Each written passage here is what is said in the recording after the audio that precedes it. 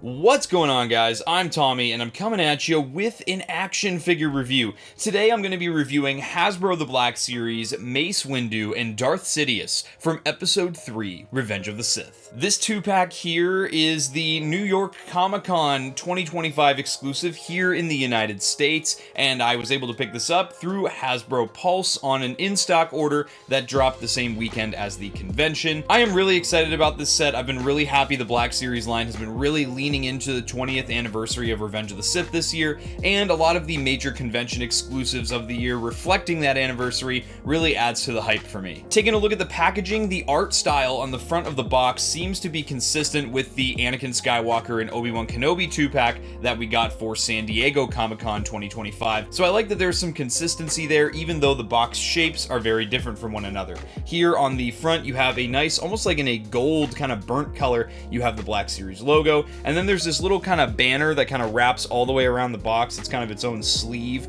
and that is kind of taped to the box itself. It says Revenge of the Sith on the front. You have your character names down there on the bottom left, some of your logos and legalese on that side. On this side, there's not really anything to look at other than the names of the characters again. On the back of the box, we have again just some plain, again, the idea here, very premium, like Black Label, like, you know, very minimalist look to the packaging here, consistent with that San Diego Comic-Con set from earlier this year. Black Series logo, character names, and a bio in about 1,000 different languages. This bio reads, "When Palpatine was revealed as the Sith Lord Darth Sidious, Mace knew the future of the Jedi Order was in grave danger. He sought to arrest the Supreme Chancellor and was met with fateful resistance." Below that, we once again have the name of the movie as well as all our legalese. Guys, please don't feed these action figures to your babies. On this side of the box, nothing really to look at except some of that artwork from the front bleeding over, and you do have the Black Series logo there. On the bottom of the box, even more legalese, and on the top, a Black Series logo. So,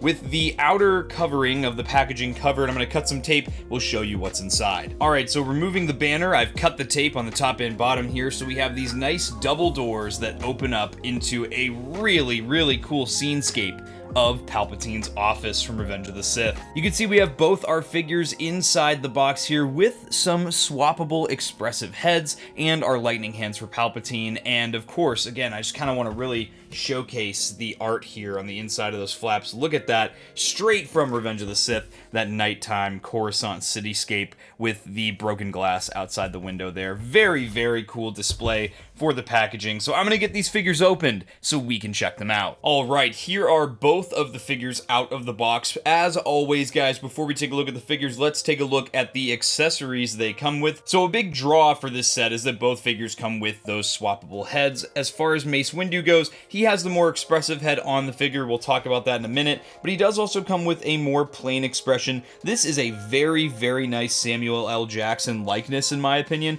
I think this looks really good. You can see that the eyebrows and the eyes and the lips are painted very cleanly and evenly on the figure. I think this is a great look for this figure, and honestly, might be the best Samuel L. Jackson likeness we have in the line so far. Obviously, he doesn't have any hair or anything, or any facial hair, so we don't have to worry about that being screwed up. Overall, I think this is a really nice release. And of course, Mace Windu has to come with his iconic amethyst blade here. The blade on this is a really nice, vibrant purple, and I really like that violet color. And you can see his hilt is painted very nicely as well. The hilt itself is done in more of a dull-looking silver plastic. I would prefer if the silver was painted on there, but that's just me. But you do have all the gold and black details on here. I don't see a peg for this to attach anywhere to his belt, which is interesting. And of course, there is a peg to remove the blade from the hilt, and that is what those look like separated there. As for Palpatine, he's going to come with a swappable head as well. However, in this case, they give you a swappable neck peg. So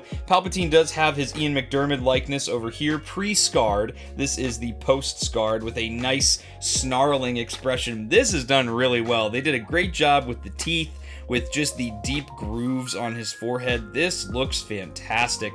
The hair has a nice kind of wash to it, just to give it a lot of depth and texture to the sculpt there, and I really like that too. He just looks grotesque, and that's how he should look when he is freshly scarred by Force lightning. They did include the neck piece here, which has its own little barbell joint system up into the head. That is an awesome inclusion, just because of the attention to detail that, yeah, not only his face would have changed skin color, his neck would have as well. I like that they included that so the skin tone of the head will match that of the neck. Very nicely done. Palpatine does, of course, come with some swappable hands. You can see these ones have the Force lightning. However, a little bit differently than previous Palpatine releases, the Force lightning is made to look like it's kind of bouncing back at him, which is cool, so that you can kind of recreate that scene where Palpatine is on the ground, Mace Windu is deflecting the Force lightning. We will try to achieve that pose towards the end of the review. You can see that each of the hands has a horizontal hinge, so you can bring them in towards the body or face them away from the body, and the lightning itself is done in a nice vibrant blue plastic. And then, of course, we move on to Palpatine's lightsaber. Now, the lightsaber blade on this is interesting. I just was saying how much I prefer the deep, vibrant colors of the lightsaber blades. This red is not as deep of a color, but it is very vibrant, so I think it'll still stick out on the shelf. And again, here with the lightsaber hilt, my only critique is that it is not in that nice, shiny silver paint. It is more of a dull silver plastic with the gold accents to it. A little disappointing, but again, I guess it's neither here nor there. It's a minute thing to be upset about. And then, of course, like with Windu's lightsaber, you do have the blade that separates from the hilt, and I am noticing again, no peg for attaching this to the belt. So now let's take a look at our two figures here. We will set Darth Sidious off to the side, and we will start with Mace Windu. Now, Windu is interesting. In the box here, he's got his alternate head on with that angry expression there. This, I don't know how I feel about this one. I think for me, it might be that maybe the eyes are a little off. Like, they look like they're kind of off-center. It kind of looks like one eye is looking off to the left and one is looking straight ahead. I don't know how I feel about this. I like what they were going for, but I think for me personally, this is not the look that I'm going to go with on this Mace Windu. I think there's just too much weirdness going on. I don't think the teeth are painted white enough, and I think that the eyebrows and the eyes are just a little bit off. It might be just a QC issue on my copy. I like what they were going for. I like that they're trying new things. I just think that in this particular case, it doesn't quite land for me. Aside from that, though, this is largely a repack of the existing Mace Windu in the Black Series. He does have a soft goods cloak here, and you can see that the sleeves drape well below the cuffs, and this is pretty accurate to the detail of the robes in universe. You can see that the hood is stitched down. You will not be able to bring the hood up and over. Granted, Mace Windu never puts the hood up in the movie, so that's fine by me. It's accurate to how we see him in the film, and you will see, too, that his actual tunics are a different color than previous releases, more accurate to Revenge of the Sith. We will shed the soft goods robe for now. It's very easy to do. You're just going to pull it off. I usually put the arms behind the figure to do so,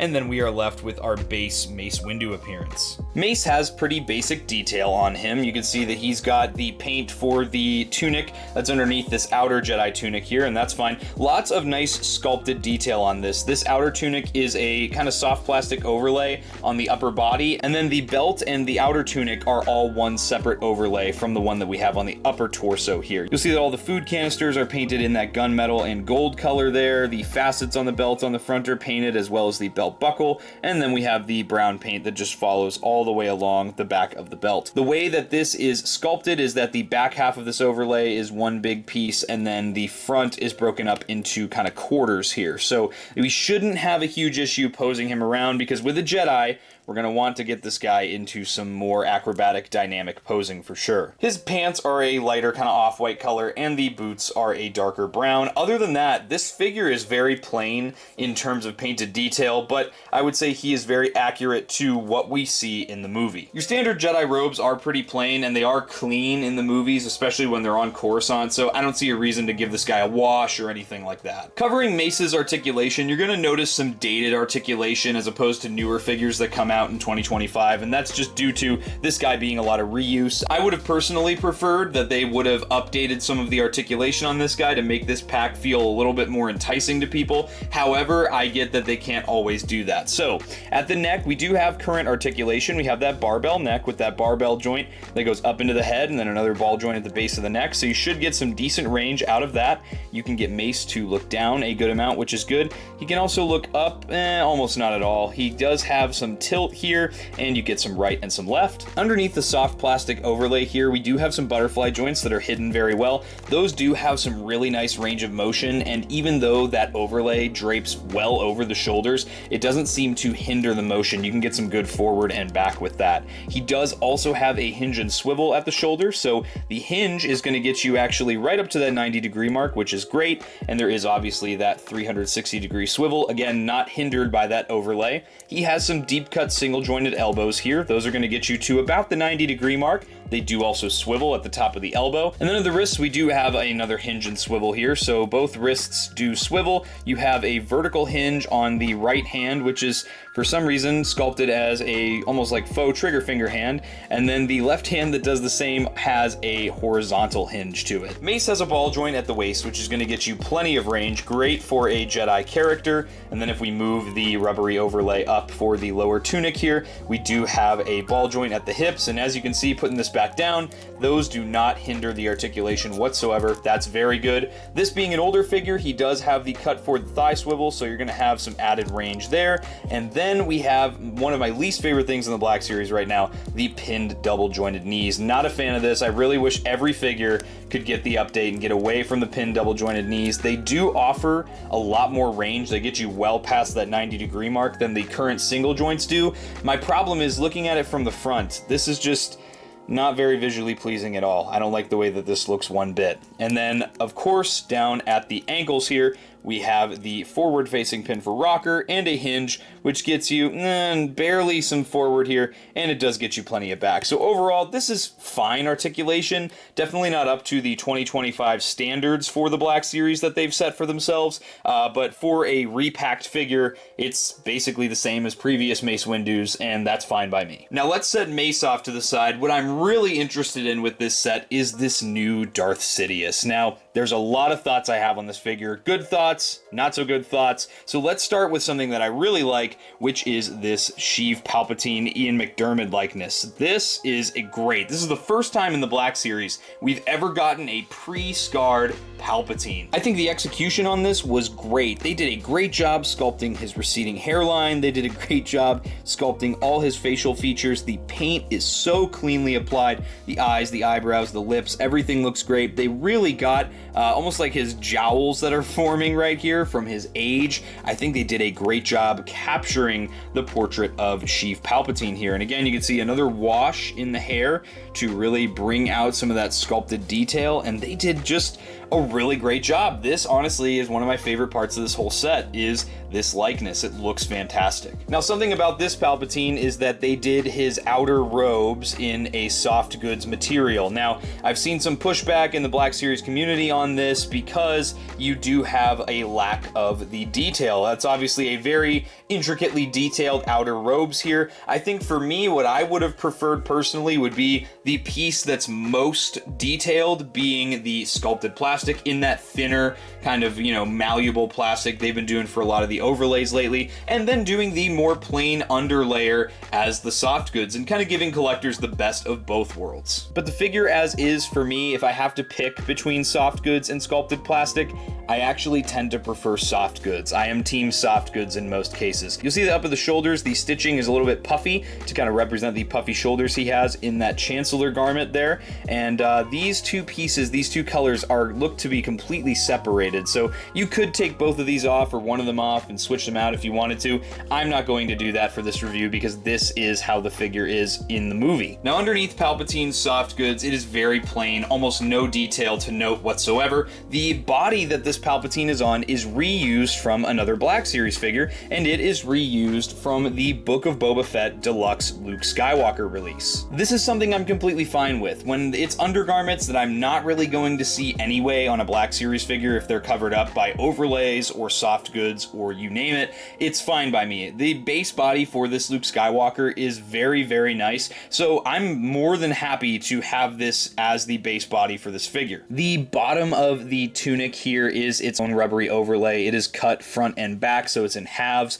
and they're really, like I said, there's wrappings for the lower legs here, and there's not much else for me to say about this figure. I mean, it is very, very plain as far as detail goes, but again, I mean, I prefer the soft goods, I'll say it. I would have preferred, you know, best case scenario, that maybe the outer layer would have been sculpted plastic for the more intricate detail of the fabric, and then the layer beneath that could have been the soft goods, but again, if I have to pick one or the other, I think my choice goes to the soft goods just for the sake of posability. So let's take a look at Palpatine's articulation. This being from a much more modern figure as the base body, we will see much more modern articulation than we see with Mace Windu. He also has that barbell jointed neck that goes up into the head and the extra ball joint at the base of the neck. That's going to get you plenty of range here. So we're going to have him be able to look down. He can obviously look up a lot more than Mace can. And then of course we can get some good tilt out of that, and some right and some left. He does also have, you can't see it, but there are butterfly joints underneath all these soft goods here. Those have some decent forward and back as well, as you can see. There's also a hinge and swivel at the shoulder that's hidden under here. You can get to about 90 degrees at the hinge, and then you can technically get 360 degrees of swivel, but it's going to be stressing the fabric, so just be mindful of that. Without the fabric there, without the soft goods, this could achieve the 360 degrees of swivel. He has deep cut single jointed elbows, which gets you past the 90 degree mark. There is also a swivel at the top of the elbow there, and then at the wrists we have a hinge and swivel as well. So at the right wrist we have a swivel with a vertical hinge here, and again we have kind of like a faux, it's like a C gripping hand but almost looks like a trigger finger hand, and then at that left hand there we have that pointing hand. Palpatine loves to point the finger at people, and we do have another vertical hinge there as well. Palpatine, I keep calling him Darth Sidious is what I should be calling him, has a ball joint at the waist here which has plenty of range. As you can see, if we lift up the overlay here, you can see there is a ball joint at the hips, and that again is not hindered by that overlay there, which is awesome. We have a cut for a thigh swivel because this is from a reused figure. We do have some deep cut single jointed knees here, which are going to get you slightly past that 90 degree mark, which is great to see on these single joints. And as you can see, these single joints are just a lot more visually appealing, a lot more seamless than those ugly pinned double jointed knees. There is also a swivel at the top of that knee as well, and then down at the ankles we have the Hasbro Classic, the forward facing pin for rocker with the hinge that gets you not really much forward at all, bummer, and then a bit of back. So overall, this is great for me. I think that this is awesome to get a pre-scarred Palpatine in the Black Series. It's about time, well overdue, and I think these guys are going to look awesome posed up together. So let's do some swappable head action here. So popping Mace's head off, just apply some pressure to the ball joint and the head will remove. You can see that barbell joint exposed there, and we will then put on the new head. Again, you'll feel that kind of pop into place even if you don't hear the pop, and the swapped head on looks, in my opinion, again, a lot better. I'll show the faces side by side here. I think that the more stoic look just looks a lot better. I mean, they actually don't look too bad when they're side by side. I guess it does look a little bit more like Sam Jackson than I realized, the angry face, but I think I still prefer the stoic look over that one all day long. As for Mace's lightsaber, that fits nicely into the hand there. We can get a nice one-handed pose with that. It does pass the shake test too. And for Palpatine, we will switch out. This should all come out as one piece, and it did. You can see the barbell joint exposed at the bottom of the neck there. And then we will take the scarred head, and that's how that looks, and we'll put those faces side by side as well. Both, I think they nailed. I think they nailed both. The very swollen, scarred face next to the pre-scarred face, those look awesome. And as far as Palpatine goes, we can fit his saber into his hand with no problem at all, and you can see we get some nice poses here with both of them, just some basic idle poses for both. Man, I'm so excited to get these guys in some dueling poses. Here's Mace with the soft goods robes on. I love that the sleeves are so long, so accurate to the movie. In the name of the Galactic Senate of the Republic, you are under arrest, Chancellor. If you watch this duel very closely and you watch the choreography, Palpatine is constantly doing this like stabbing motion. It's very, very aggressive, and I love that you can just reach that arm back and really get him into that great kind of low stabbing motion. This is the stabbing motion he does to kill two of the Jedi right in the very beginning of the fight, Saesee Tiin and Aegon Kolar. I love this little pose here, and it feels just so natural. I love the newer articulation for the Black Series. Let's now swap out the hands here for Darth Sidious. So you do want to pull. It is going to take a little bit more effort just because of that peg system there, as it does with the head. I think the heads are definitely a lot easier to swap, and you can see you can get the hand in there very nicely. And you can obviously choose to have one or both of the hands swapped, and both looks look great here. But here's Palpatine with his Force Lightning when he's like, no, you will die. What I really love about the Force Lightning effects is that you can fit Mace Windu's saber through the holes in the effects to really give the feeling that it's being deflected back onto Palpatine here. And this is that very great scene here. As you can see, I have Mace Windu's more expressive face on him now, and it's that, don't listen to him, Anakin! Palpatine, don't let him kill me! Overall, guys, this set is really, really fun. I'm a big fan of this Palpatine, and the more I posed him around, the more I played with him, I completely forgot about the sculpted detail of the fabric of his cloak. He's a really fun figure. I can get him into a lot of the iconic poses from the duel, from beginning to end. This is a really fun release, and honestly, I don't know how I never had. I've been collecting this line for like 5 or 6 years now. I've never had Mace Windu for my Revenge of the Sith display. So I'm very happy to have Mace Windu for that display now, and having him in a 2-pack with Palpatine like this is a perfect duo. The swappable heads are a welcome addition to the line, as are the swappable hands. I really hope that those are things Black Series does a little bit more commonly going forward. But with that, guys, I hope you enjoyed this review. If you did and you're not yet subscribed, subscribe to Blitz Transmissions. I've got awesome Star Wars content coming out all the time. If you're an ARC Trooper in my Patreon, you would have seen this review early. If you'd like access to early content, monthly giveaways, and other awesome benefits, the link to my Patreon is in the description below. Become an ARC Trooper for just $4.99 a month. If you're a fan of the reviews I do here on YouTube, or you just want to support the YouTube channel more directly, you could also check out my YouTube channel membership, Rancor Battalion. For just 99 cents a month, it gives you access to exclusive badges, priority replies in my comments section, and you get to check out all my reviews early, as opposed to all the content like you get with Patreon. And like the Patreon members, you get to vote on what I review next for the channel. If you'd like some Blitz Transmissions swag, you could head over to the Blitz Transmissions Armory over on Printify. Link to that is in the description below, as well as links to my Discord and all my social media. Guys, I hope you enjoyed this review. I'll catch you for the next one, and may the Force be with you.